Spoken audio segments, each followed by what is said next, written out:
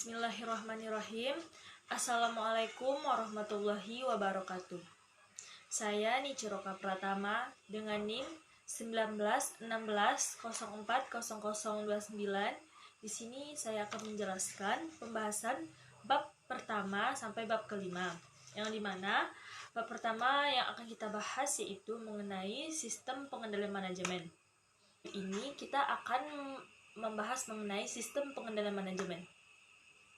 Dalam sistem pengendalian manajemen ini terdapat 4 pembahasan yang akan kita bahas. Yang pertama ada definisinya, yang kedua sebab adanya, yang ketiga sebab kegagalannya, dan yang terakhir cara menghindari kegagalan yang akan terjadi.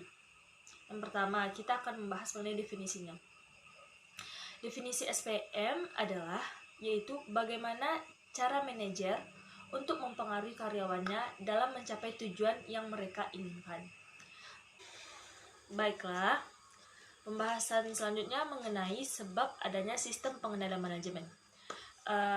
Pada sebab adanya sebab pengendalian manajemen ini ada 3 poin. Yang pertama yaitu kurangnya pengarahan, yang kedua butuh motivasi, dan yang terakhir itu keterbatasan individu.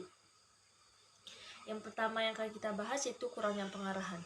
Maksud kurangnya pengarahan di sini yaitu perusahaan tersebut kurang mengarahkan, kurang memberitahu apa yang mereka inginkan, apa yang mereka ingin tuju kepada karyawan-karyawan yang akan bekerja. Yang kedua yaitu kurangnya motivasi. Maksudnya di sini yaitu perusahaan kurang memberikan motivasi yang mendukung terhadap karyawan-karyawan yang bekerja di dalam perusahaan tersebut. Sebab adanya sistem pengendalian manajemen yang terakhir yaitu masalah keterbatasan individu. Maksud masalah keterbatasan individu di sini itu para karyawan tidak tahu apa yang akan mereka kerjakan, disebabkan karena bersangkut paut dengan kurangnya pengarahan, kurangnya motivasi. Jadi para karyawan kurang tahu terhadap apa yang mereka ingin kerjakan. Skill-skill mereka tidak ada karena masalah kurangnya pengarahan dan keterbatasan dalam memberikan motivasi terhadap karyawan. Materi selanjutnya yaitu kegagalan dalam sistem pengendalian manajemen. Ada 3 kegagalan terjadi. Yang pertama yaitu kerugian finansial, yang kedua rusaknya reputasi, yang ketiga kegagalan bagi organisasi. Yang pertama yaitu mengenai kerugian finansial. Maksudnya di sini yaitu apabila perusahaan tidak mencapai target yang mereka inginkan, karena mungkin perusahaan telah mengeluarkan biaya dalam proses pencapaian target tersebut, tetapi target yang dicapai tidak berhasil, secara otomatis pengeluaran yang mereka keluarkan tidak akan terbayar karena tujuan mereka inginkan tidak tercapai. Jadi, maksud dari kerugian dalam finansial di sini yaitu bagaimana perusahaan tidak dapat mengendalikan sektor keuangan mereka. Perusahaan tidak dapat menganggarkan apa yang mereka butuhkan pada saat itu. Yang kedua, rusaknya reputasi. Maksudnya di sini yaitu apabila reputasi atau nama baik perusahaan tidak baik lagi, secara otomatis perusahaan-perusahaan luar yang akan atau sedang bekerja di dalam perusahaan itu mereka akan ragu untuk bekerja sama kembali, dan bisa jadi saja para investor akan menghilang karena reputasi yang dibangun oleh perusahaan telah hancur. Yang terakhir yang terjadi yaitu kegagalan bagi organisasi. Sistem pengendalian mendesain ada 2 cara dalam menanggulanginya. Yang pertama ada proaktif dan reaktif. Yang dimaksud proaktif di sini yaitu bagaimana cara perusahaan mencegah sebelum terjadinya kegagalan. Yang kedua ada reaktif, yaitu bagaimana cara perusahaan dalam menindaklanjuti suatu kejadian yang telah terjadi. Jadi materi terakhir dalam bab 1 ini yaitu bagaimana cara menghindari kegagalan dalam sistem pengendalian manajemen. Ada 4 poin. Yang pertama yaitu mengurangi aktivitas, yang kedua otomatisasi, yang ketiga sentralisasi, dan yang terakhir yaitu pembagian risiko. Yang pertama dimaksud dengan mengurangi aktivitas, kita ambil saja contohnya divestasi. Yang dimaksud divestasi di sini itu menjual aset perusahaan yang ada. Yang kedua otomatisasi, yang dimaksud otomatisasi di sini itu mengurangi biaya operasional perusahaan, dengan contohnya yaitu seperti menggunakan robot daripada tenaga manusia. Yang ketiga ada sentralisasi. Yang dimaksud sentralisasi di sini sentral. Sentral artinya yaitu pusat. Maksudnya di sini yaitu pengambilan keputusan di pusat atau oleh satu orang, yaitu pengambilan keputusan oleh manajer atau orang yang paling berkuasa. Ada juga yang namanya yang kedua ada juga namanya disentral. Yang dimaksud disentral di sini yaitu pengambilan keputusan di berbagai tempat atau orang. Yang terakhir ada pembagian risiko. Maksudnya di sini yaitu kita bisa bekerja sama dengan perusahaan lain, dan apabila kita mengalami kegagalan, secara otomatis kerugian yang kita alami atau kita tanggung, kita berbagi dua dengan pihak yang bekerja sama dengan kita. Baiklah, materi selanjutnya yaitu mengenai pembagian dalam sistem pengendalian. Di sini ada 4 pengendalian. Yang pertama ada pengendalian hasil, pengendalian tindakan, pengendalian personal, dan yang terakhir pengendalian budaya. Baiklah, yang pertama kita akan membahas mengenai pengendalian hasil. Yang dimaksud dengan pengendalian hasil di sini yaitu bagaimana sistem untuk mengatur tujuan yang diinginkan perusahaan atau hasil yang ingin dicapai oleh perusahaan. Ada beberapa bentuk dasar dalam sistem pengendalian dalam sistem hasil ini. Yang pertama ada dimensi kerja, yang kedua ada pengukuran kinerja, yang ketiga ada pengaturan target kinerja, dan yang terakhir pemberian imbalan. Maksudnya dimensi kerja di sini itu dimensi atau tempat atau tugas yang kita kerjakan sesuai dengan apa yang diberikan oleh perusahaan. Yang kedua ada pengukuran kinerja. Maksudnya yaitu mengukur sejauh mana kinerja yang telah kita berikan terhadap perusahaan. Yang ketiga yaitu ada pengaturan target kinerja. Yang dimaksud dengan pengaturan target kinerja sini yaitu kita mengatur cara kita menyusun rancangan kinerja kita supaya kita bisa mencapai target atau hasil akhir yang ingin dicapai oleh perusahaan. Yang terakhir yaitu pemberian imbalan. Maksudnya di sini yaitu perusahaan akan memberikan imbalan kepada karyawannya apabila mereka bekerja dengan baik atau mereka bekerja di luar ekspektasi perusahaan yang diberikan perusahaan. Maka dengan mereka melebihi target yang telah ditetapkan perusahaan, secara otomatis perusahaan akan memberikan imbalan terhadap para karyawan-karyawan yang telah bekerja keras dalam pencapaian target tersebut. Yang kedua, ada pengendalian tindakan. Yang dimaksud dengan pengendalian tindakan di sini yaitu bagaimana setiap tindakan yang dilakukan, pengendalian terhadap setiap tindakan yang dilakukan oleh karyawan-karyawan. Di dalam pengendalian tindakan ini yaitu ada beberapa pembagiannya. Yang pertama yaitu pembatasan perilaku, yang kedua penilaian pratindakan, yang ketiga akuntabilitas, dan yang terakhir yaitu ada redundansi. Yang pertama yaitu pembatasan perilaku. Yang dimaksud di sini yaitu perusahaan memberikan batasan-batasan terhadap kegiatan atau perilaku kepada karyawannya, seperti pembatasan staf masuk ke dalam ruangan manajer, karena tidak sembarang orang yang bisa masuk ke dalam ruangan manajer.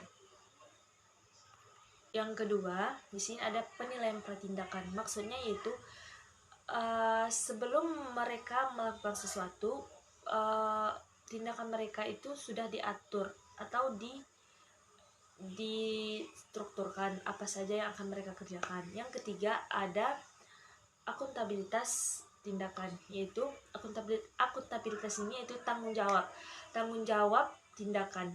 Mereka harus mempertanggungjawabkan setiap tindakan yang mereka lakukan. Dan yang ketiga yaitu ada redundansi. Ini maksud dengan redundansi di sini yaitu cadangan. Perusahaan akan menyiapkan seperti karyawan cadangan atau mesin cadangan apabila karyawan yang pertama menghadapi kendala dan perusahaan sudah menyediakan karyawan lain untuk menyelesaikan pekerjaannya. Yang ketiga ada pengendalian personal. Yang dimaksud dengan pengendalian personal di sini itu sistem perusahaan yang mengatur bagaimana cara personal atau diri karyawan yang akan bekerja di perusahaan mereka.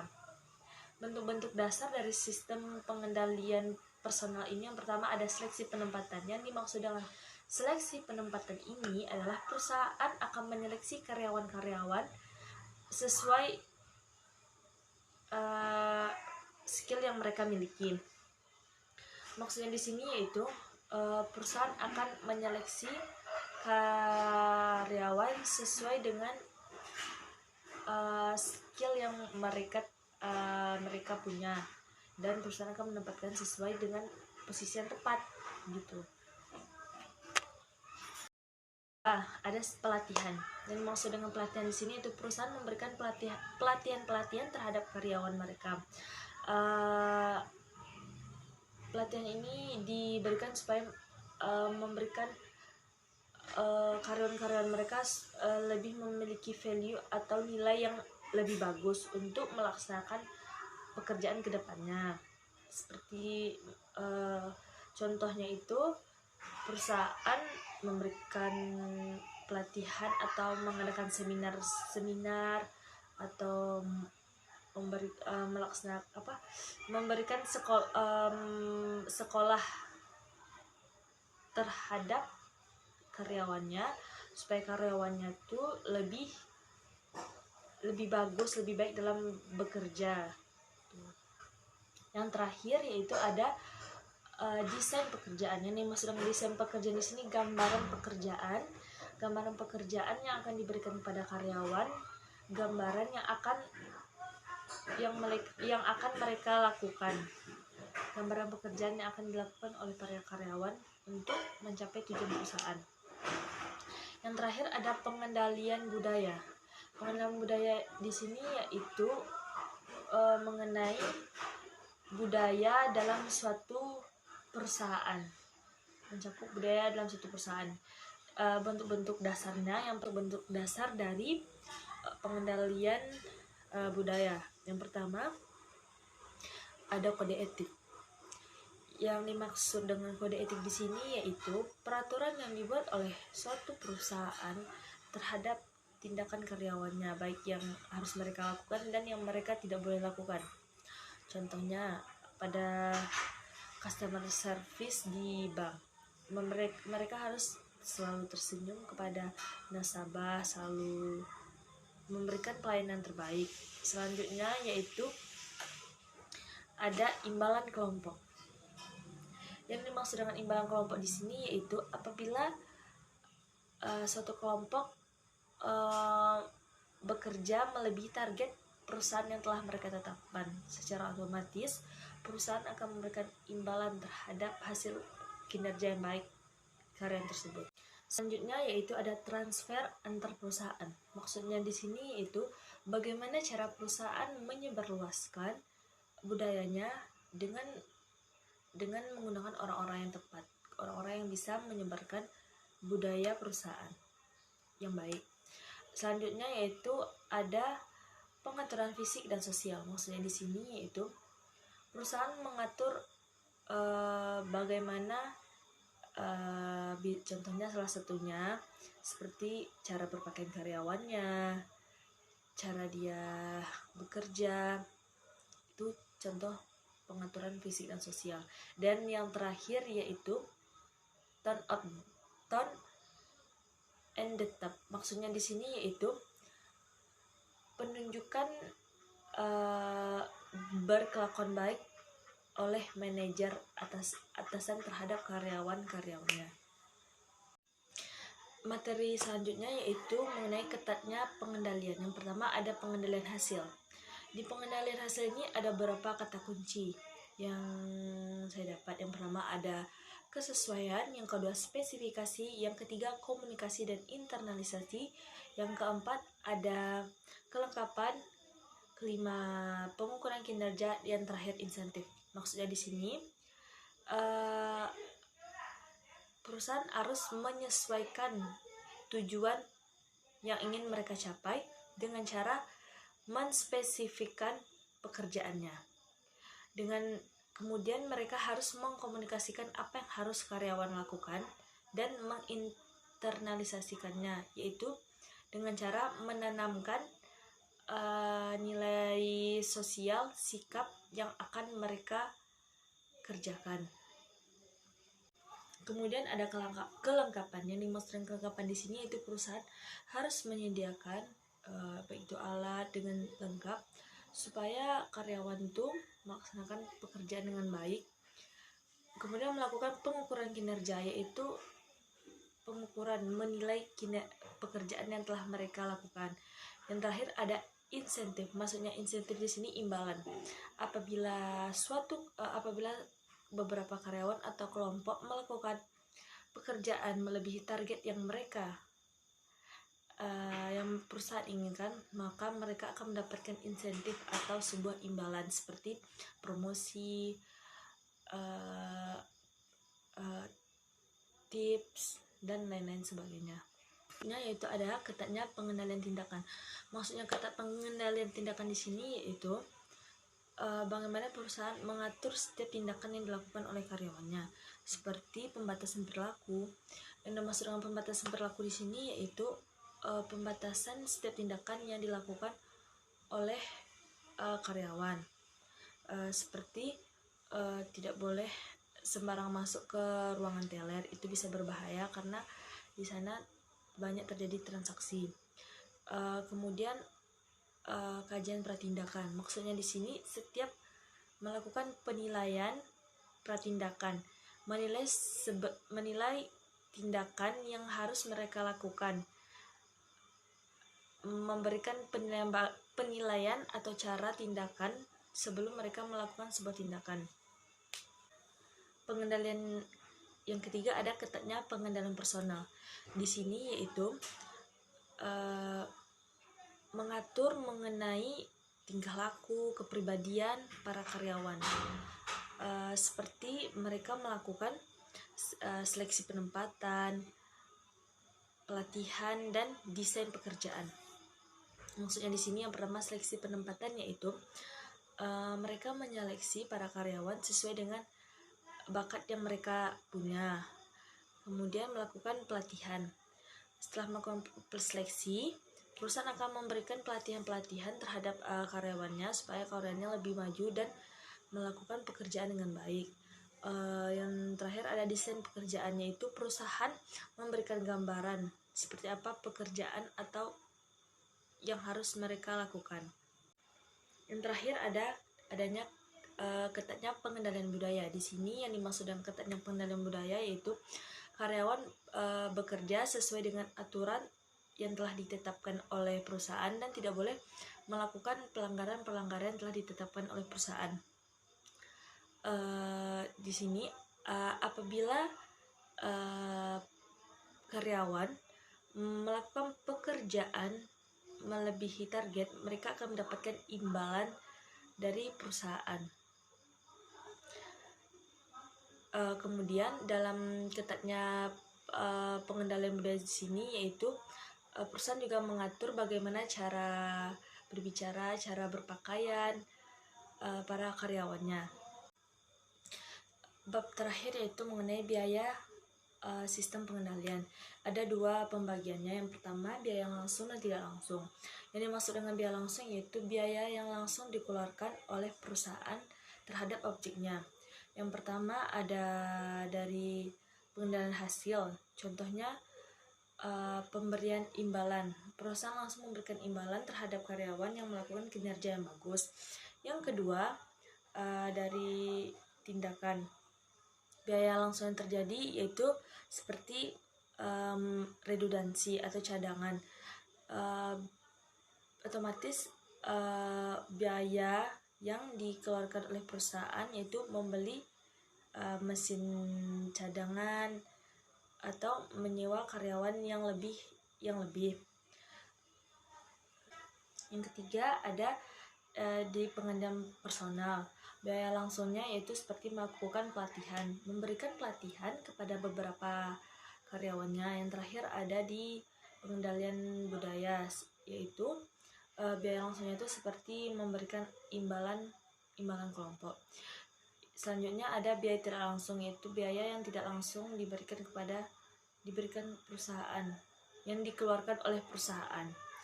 Seperti ada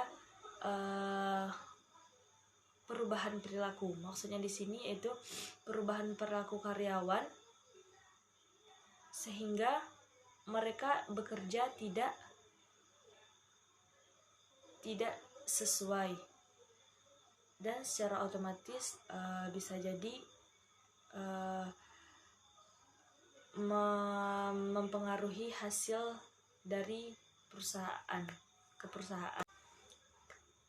Yang ketiga ada gamemanship. Maksudnya di sini asal bekerja. Karyawan melakukan pekerjaannya tapi tidak sesuai dengan apa yang diperintahkan. Secara otomatis mereka tidak efisien dalam menggunakan alat-alat atau anggaran dari perusahaan. Secara otomatis itu mengeluarkan biaya. Selanjutnya yaitu perilaku negatif. Apabila seorang karyawan memberikan pengaruh yang tidak baik kepada temannya dan karyawan lain merasa risih, dan apabila itu terjadi otomatis pekerjaan tidak akan selesai dan menambah waktu, menambah yang lain-lain. Dan yang terakhir ada penundaan pekerjaan. Maksudnya di sini karyawan berlalai-lalai dalam melakukan pekerjaan yang akan mereka selesaikan.